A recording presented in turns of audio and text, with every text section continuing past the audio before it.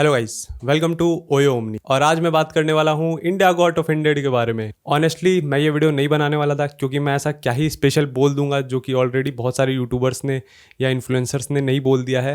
और जब तक मेरे पास कुछ स्पेशल नहीं होता है किसी टॉपिक पे बोलने के लिए तो मैं सोचता हूँ उस पर क्या ही बोलूँगा। बट स्टिल आई गेस कुछ पॉइंट्स हो सकते हैं जो मेरे पास अलग हो इस पूरे सिचुएशन में, इसलिए मैं ये वीडियो बना रहा हूँ। और अगर नहीं भी अलग हुई तो एक एनपीसी वीडियो बन जाएगी, क्या ही कर सकते हैं अब। फर्स्ट ऑफ ऑल मैं तुम लोगों को ये बता दूं कि मैं इंडियाज गॉट टैलेंट नहीं देखता था और पीयर प्रेशर में मैंने 2 से 3 एपिसोड देखे अपने दोस्तों के साथ और मुझे कुछ खास पसंद नहीं आया, ना मैंने इन्जॉय किया ज़्यादा।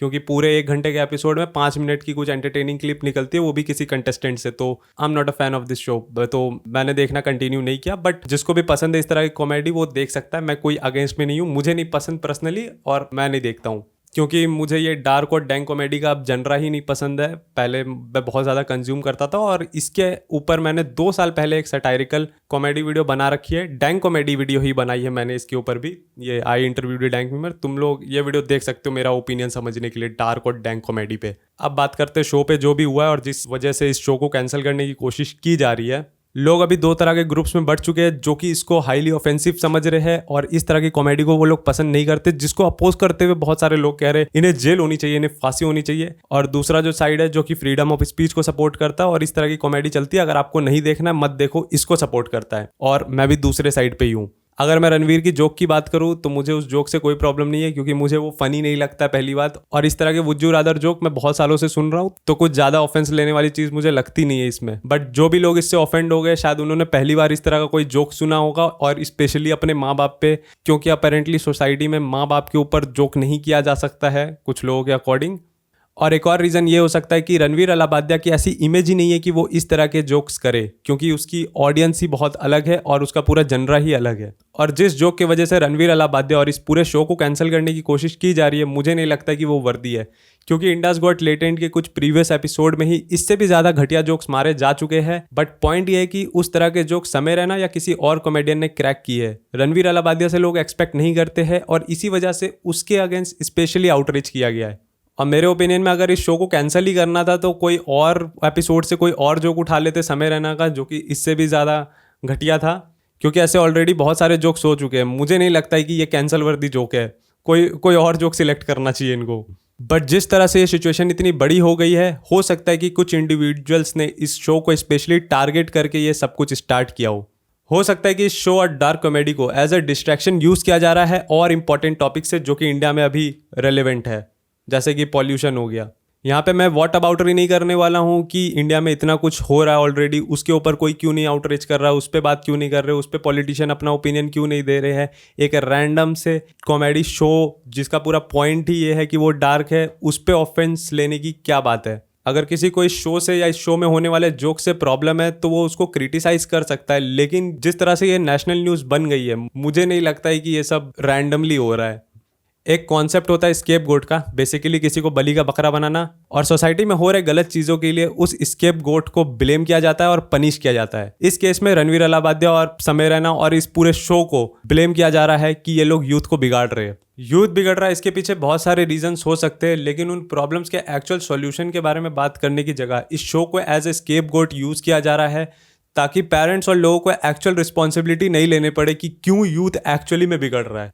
रणवीर अलाबादिया का जोक बैड था, बिल्कुल था, ऑफेंसिव था, मुझे नहीं लगता, बट कुछ लोगों के लिए हो सकता है। लेकिन ये नेशनल न्यूज़ बन जाए और इस वजह से पूरे शो को ही कैंसिल कर दिया जाए, इसके सपोर्ट में मैं नहीं हूँ। या फिर ये पूरी तरीके से प्लान्ड हो सकता है क्योंकि ये शो ऑलरेडी बहुत ज़्यादा बड़ा हो गया था और कुछ कंपनीज या फिर इंडिविजुअल्स को इस शो के सक्सेस से इतनी प्रॉब्लम हो गई कि उन्होंने ये पूरा प्लान्ड कैंपेन स्टार्ट किया। और इस पूरे सिचुएशन पे मैंने शताब गांगुवार का पॉइंट ऑफ व्यू भी सुना, जिसमें वो कह रहे कि ये जो डिस्गस्टिंग है।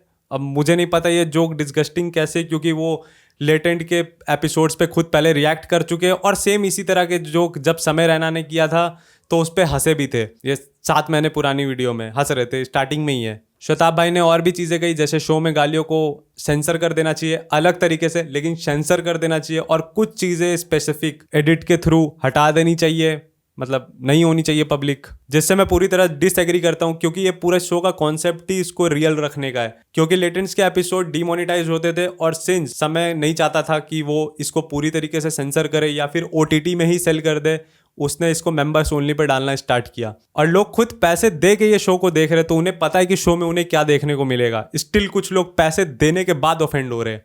क्रेजी।